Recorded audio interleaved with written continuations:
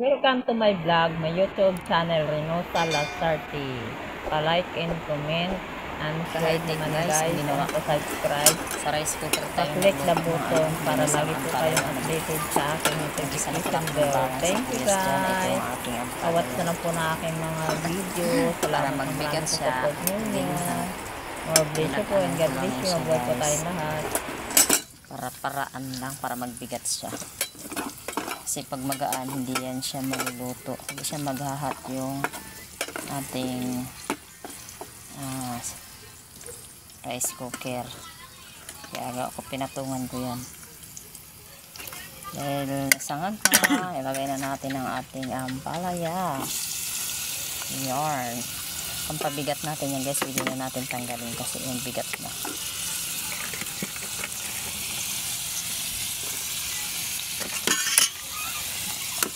Tinamad magpadikit sa diobing. Para-paraan lang, para makaluto. O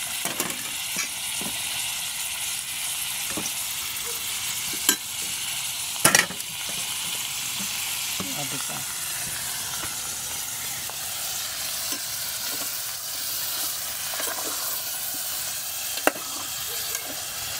Haluin natin siya.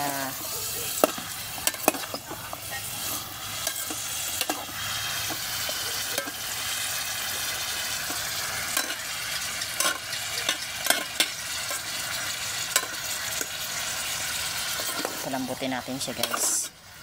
Sa magtatanong, depende po kung ampalaya po ay green na green at kailangan pong pigaan ng ampalaya. Ito pala ay green na green kaya pinigaan ko po ang ampalaya. Hindi ko na po napakita sa video.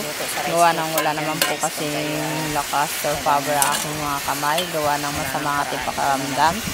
Habang tayo nagluluto nito guys, tandaan nyo po, pinigaan ko po yan yung ampalaya kaya hindi po masyadong mapait.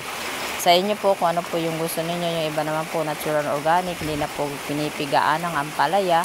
Dire-diretso na lang po nilang ginigisa ito hanggang sa maluto. So sa akin ay pinigaan ko pa po yan. Kaya kaso di masyadong nadurog siya guys, di siya masyadong pigang-piga. Slight lang pagkapiga ko, gawa ng wala talagang energy yung aking mga kamay. Lagyan natin ng isang scoop kaya na alam mo hindi asin, kasi pinigaan di pa yung natin nilagyan ampalaya. ng asin Pero yan. actually, pinigaan ko talaga siya.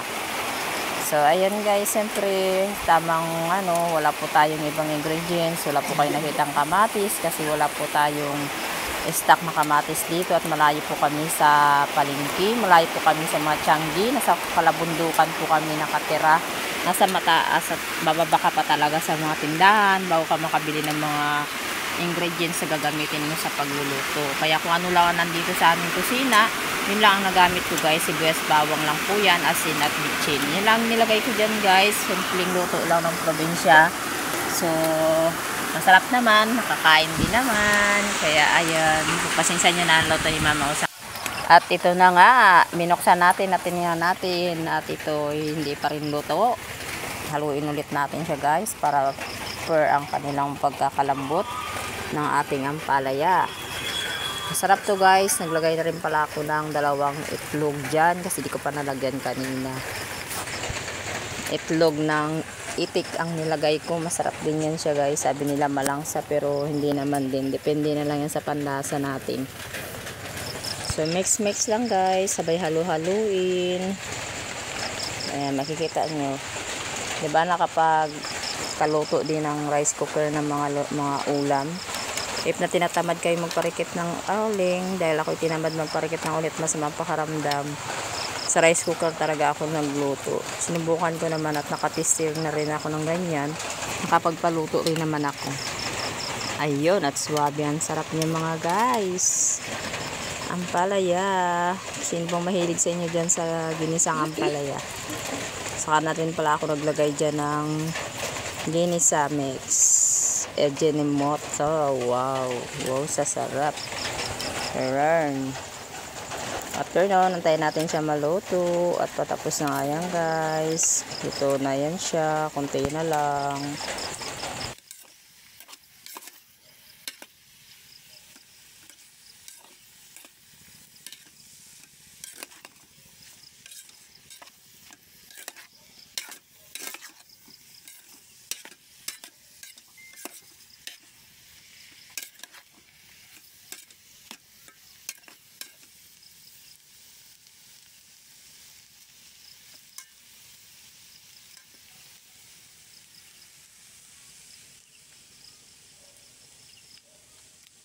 Sarap.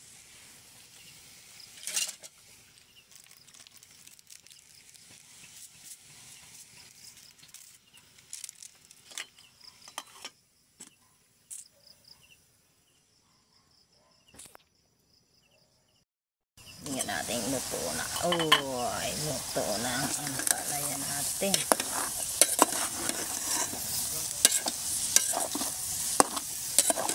Ito na guys.